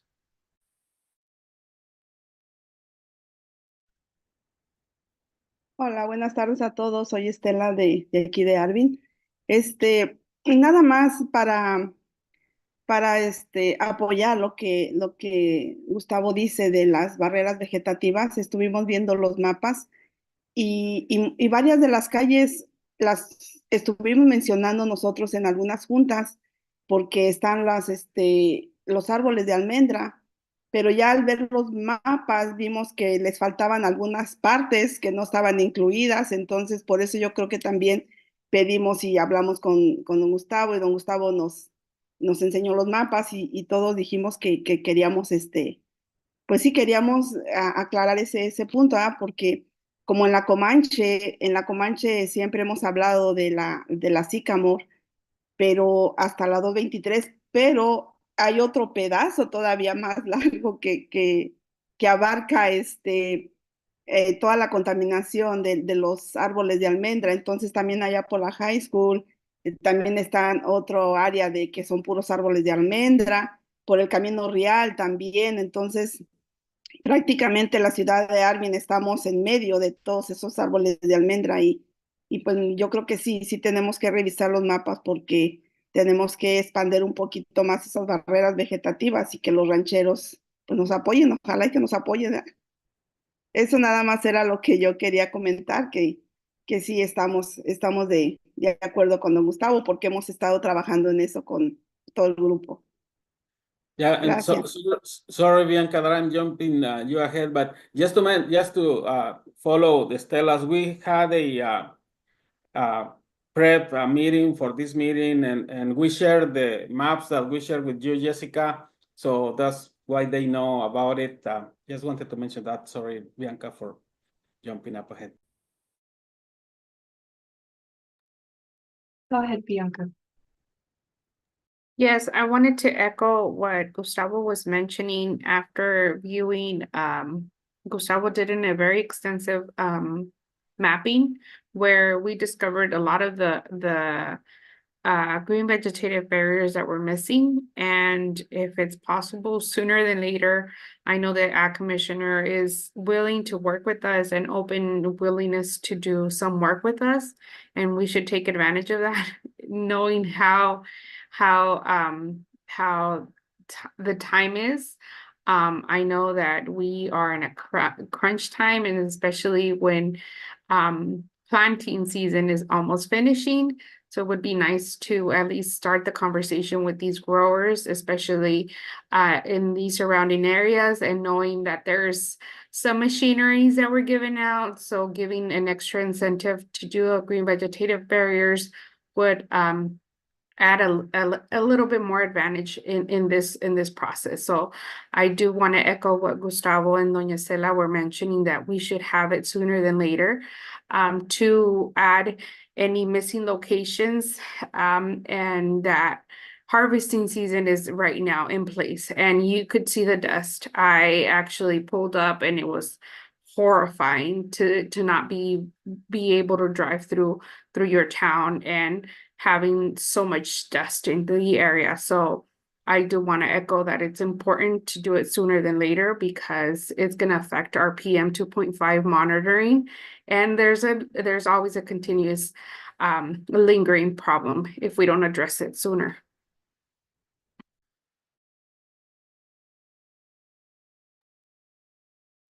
This is Liz. Thank you so much, Bianca and Maria Estela and Gustavo, for raising those concerns. And we're definitely putting that on the tracker. And it sounds like the Air District is very willing and excited to help mediate that partnership with the Ag Commissioner to get those vegetative barriers. So thank you all.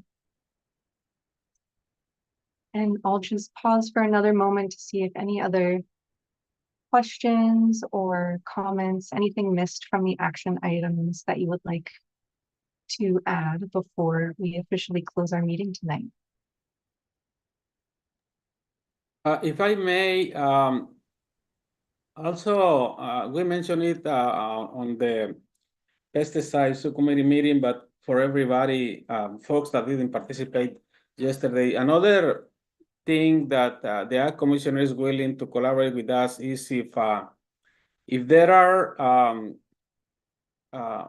schools willing to receive a pesticide application notice from neighbor growers, the Ag Commissioner is willing to outreach to those growers and see if the growers are willing to provide notification on volunteer basis. This is separate from the state notification, but it may, we didn't talk about all the specifics, but it may include, non-restricted pesticides just for the school, to be more precautious with taking care of the students. But if, any of us, any of you in the community have relationships with any school, and if the school administration is willing to receive the notice, please contact Bianca or Cesar or colleagues, and they will relay the information to us, and we'll talk to the Ag Commissioner. But I think I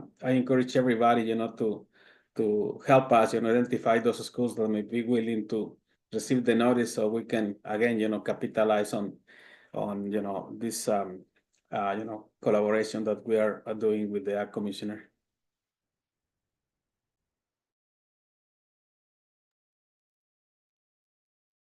This is Liz. Go ahead, Bianca.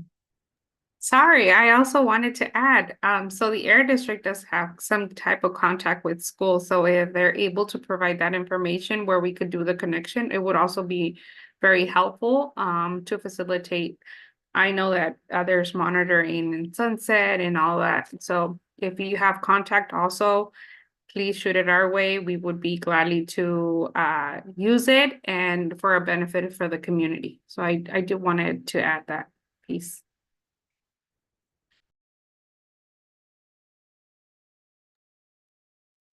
Thank you, Bianca and Gustavo. We can add that to the action item tracker as well. Really love all of these comments coming in.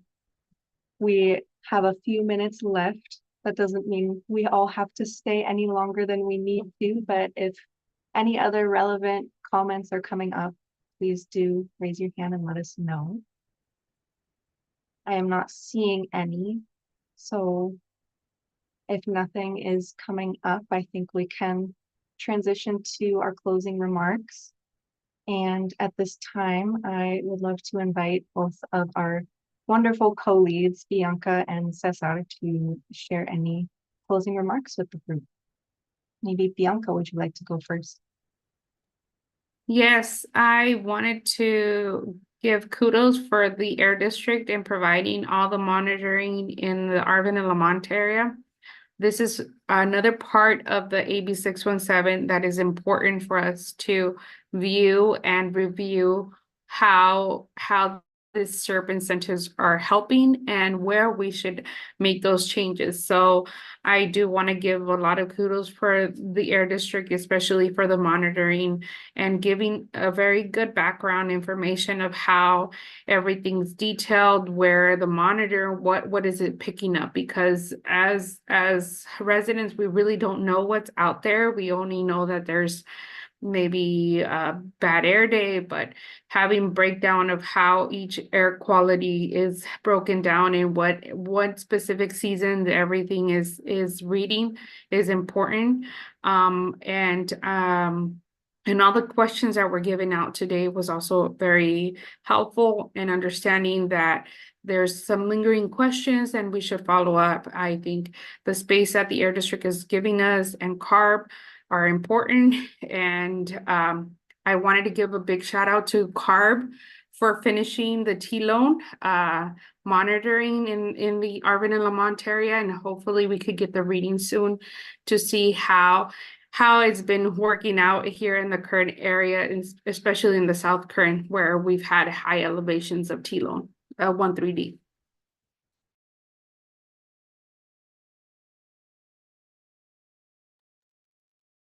Yeah, echoing a big thank you and supporting everything that Bianca said.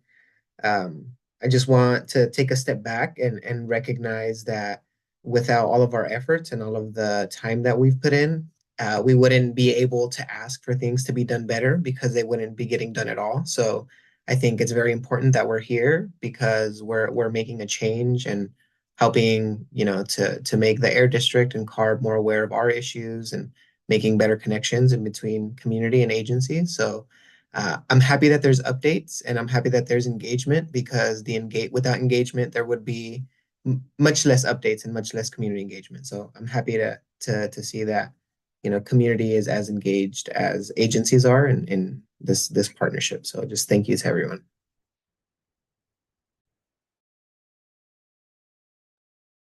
Thank you both. This is Liz. And Jessica, any closing remarks you'd like to share?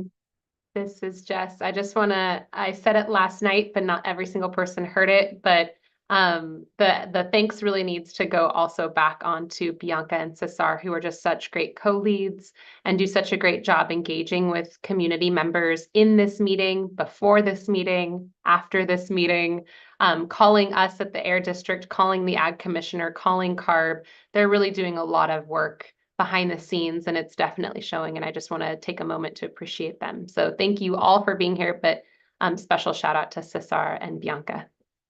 Thank you. Thank you, Jessica. And this is Liz, and I think everyone here would echo that sentiment. And we can open it up for our final public comment, and I see a hand up, excuse me, from Gabriela. Go ahead.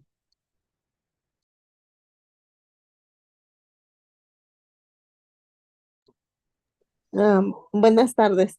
Sí, nada más estaba siguiendo la junta y estaba mirando la foto del monitor que está en la escuela El Camino Real y yo vivo enfrente de esa escuela y no miro el monitor, entonces no sé exactamente en qué parte está ese monitor, porque por la calle El Camino Real no lo puedo mirar. Ustedes me podrían decir en dónde está para yo poder mirar que sí está.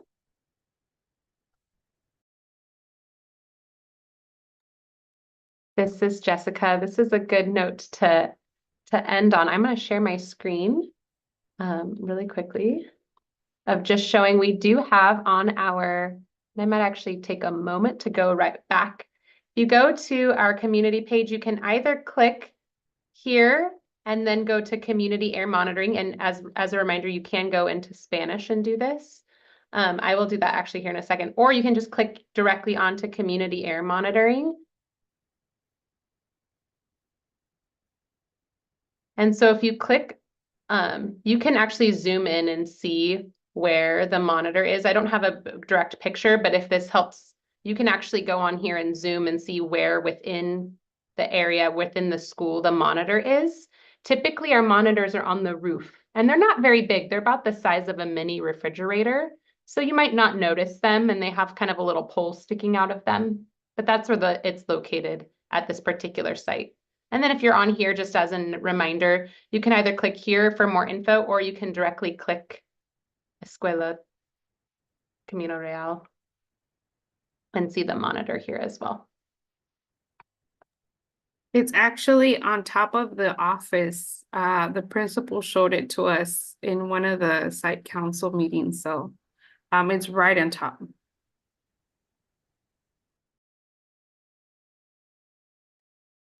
Great question. Okay, Thank you for asking. disculpe, lo que pasa es que como en la foto que de los papeles que tenemos, que llegaron por correo, se mira en el piso.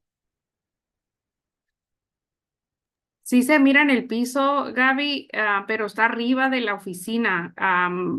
Ahí tienen una escalera para subir para arriba y está mero arriba de lo de la oficina. No se mira de la distancia, tiene que uno subirse para arriba para poderla ver.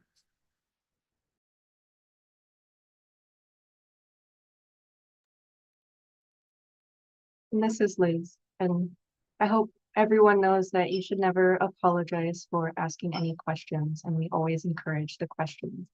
So thank you for asking and appreciate the answer. And I'm not seeing any other hands raised or comments in the chat for our public comment. So if nothing else is coming up, I just want to wish everyone a really good night, and thank you so much again for all of the engagement. Thank you, everyone. Good night. Good night.